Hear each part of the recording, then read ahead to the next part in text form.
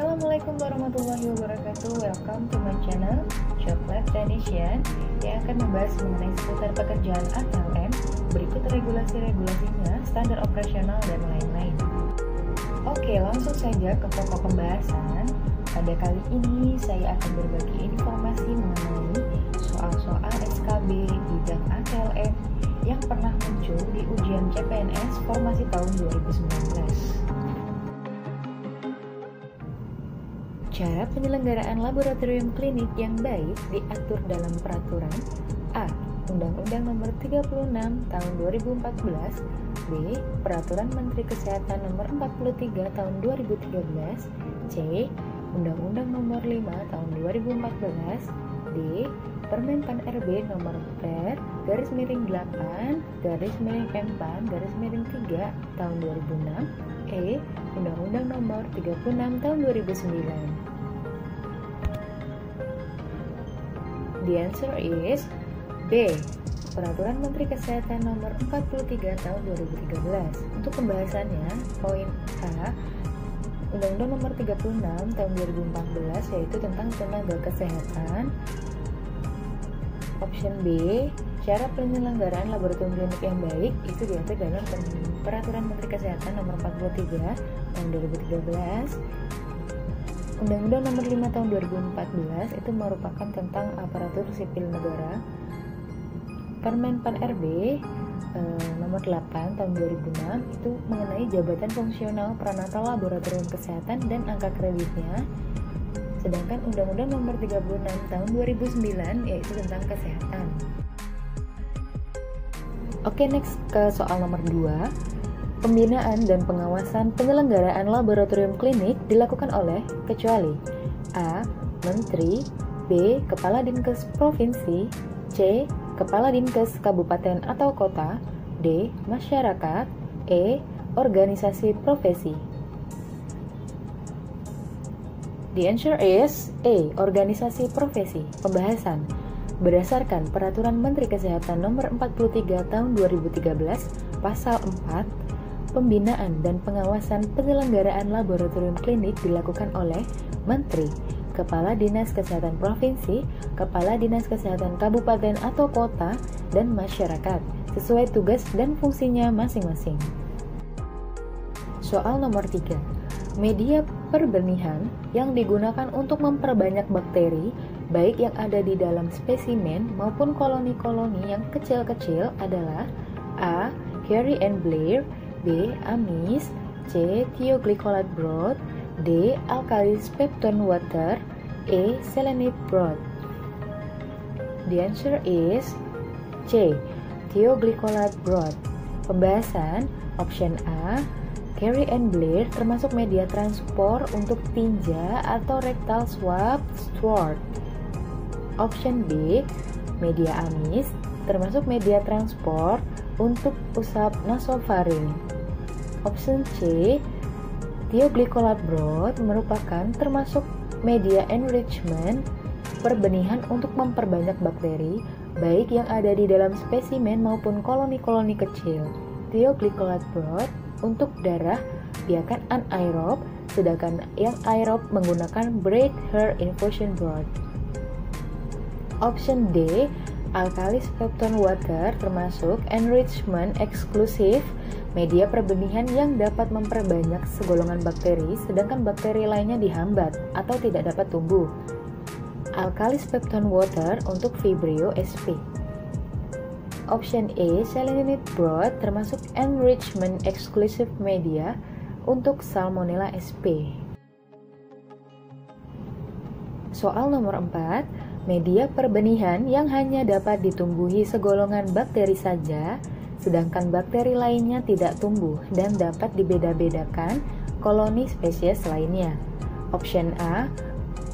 Blue telluride plate untuk difteri, B. SS agar untuk Salmonella shigella, C. Thioglycolate broth untuk darah anaerob, D. Azaid agar untuk gram positif, E. Selenite broth untuk Salmonella sp.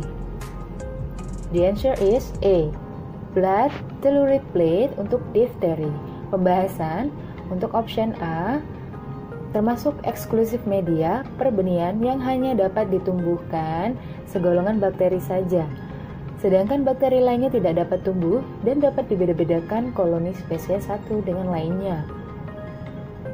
Blue tolerate plate untuk difteri, sedangkan azid agar untuk Enterococcus sp. Option B termasuk media selektif perbenihan yang dapat digunakan untuk membedakan golongan satu dengan lainnya sehingga dapat dipilih koloni-koloni bakteri yang dicari. Soal nomor 5. Pemeriksaan glukosa puasa, tes toleransi glukosa, dan glukosa kurva harian. Pasien melakukan puasa selama A. 10-12 jam, B. 12 jam, C. 8 jam, D. 8-12 jam, E. 8-10 jam. The answer is A. 10-12 jam. Pembahasan. Puasa 10-12 jam, contoh pemeriksaannya yaitu glukosa, tes toleransi glukosa, glukosa kurva harian, asam urat, VMA, renin. Puasa 8 jam, contoh pemeriksaannya yaitu insulin, C-peptide.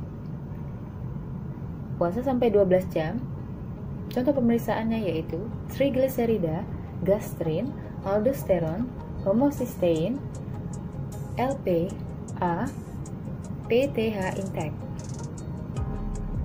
Dianjurkan puasa 12 jam, pemeriksaannya yaitu ApoA1 dan ApoB. Soal nomor 6, untuk pemeriksaan biakan darah paling baik dilakukan pada minggu ke-1 atau 2 sakit. Sedangkan biakan urin atau tinja dilakukan pada minggu ke A. 1 dan 2, B. 2 dan 3, C. 1 dan 3, D. 3, E. 2. The answer is B. 2 dan 3. Pembahasannya, biakan urin atau tinja dilakukan pada minggu kedua dan ketiga menurut Permenkes nomor 43 tahun 2013. Soal nomor 7. Pengambilan sampel untuk pemeriksaan mikrofilaria sebaiknya dilakukan pada waktu A. Saat demam, B. Siang hari, C. Malam hari antara jam 20-23, D. Malam hari, E. Pagi hari antara jam 8-9. The answer is C. Malam hari antara jam 20-23. Pembahasan, pengambilan darah untuk menemukan parasit mikrofilaria sebaiknya dilakukan pada waktu malam antara jam 20-23. Soal nomor 8. Stabilitas sampel untuk pemeriksaan amilase yaitu A. 20 hingga 25 derajat Celcius selama 5 hari, B. 20 hingga 25 derajat Celcius selama 3 hari, C. 20 hingga 25 derajat Celcius selama 10 hari, D. 20 sampai 25 derajat Celcius selama 24 jam, E. 20 sampai 25 derajat Celcius selama 6 hari. Jawabannya yaitu A. 20 sampai 25 derajat Celcius selama 5 hari. Untuk option A, pemeriksaan amilase atau kadar amilase dapat dipertahankan suhu 20 sampai 25 derajat Celcius selama 5 hari, dan contoh pemeriksaan lain yaitu asam urat. Sedangkan option B itu contoh pemeriksaannya glukosa, C. kalsium, D. lipase, E. protein total dan kolesterol.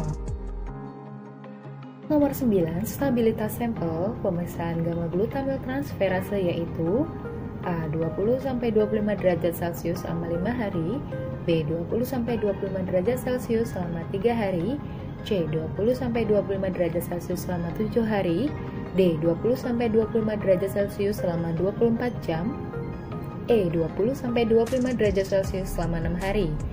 The answer is C. 20 sampai 25 derajat Celcius selama 7 hari. Pemeriksaan gamma glutamil transferase baik di suhu 4 derajat Celcius dan di minus 20 derajat Celcius itu stabil hanya dalam waktu 7 hari. Untuk option A, contoh pemeriksaannya yaitu amilase dan asam urat. Untuk option B, contoh pemerisaannya glukosa. Untuk option D, contoh pemerisaannya lipase, yaitu hanya bertahan 24 jam. E, untuk pemeriksaannya yaitu protein total dan kolesterol. Soal nomor 10, pengambilan sampel dahak. Bila pasien mengalami kesulitan mengeluarkan dahak, apa yang harus dilakukan? A. Diberi minum es. B. Diberi minum air hangat. C. Pada malam hari, pasien diminta meminum gliseril guaiacolat 200 mg.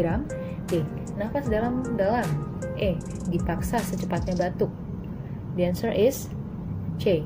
Pada malam hari, pasien diminta meminum gliseril guaiacolat 200 mg supaya untuk memudahkan pengeluaran dahak.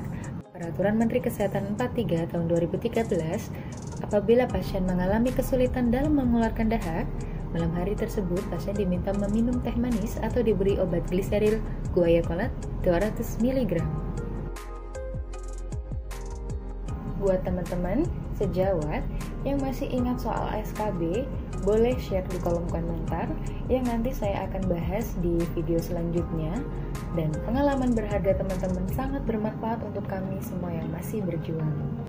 Baik, cukup sekian pembahasan kali ini. Terima kasih sudah subscribe Job Lab Technician, like and share video ini. Jika ada saran atau ide, silakan tulis di kolom komentar. Wassalamualaikum warahmatullahi wabarakatuh.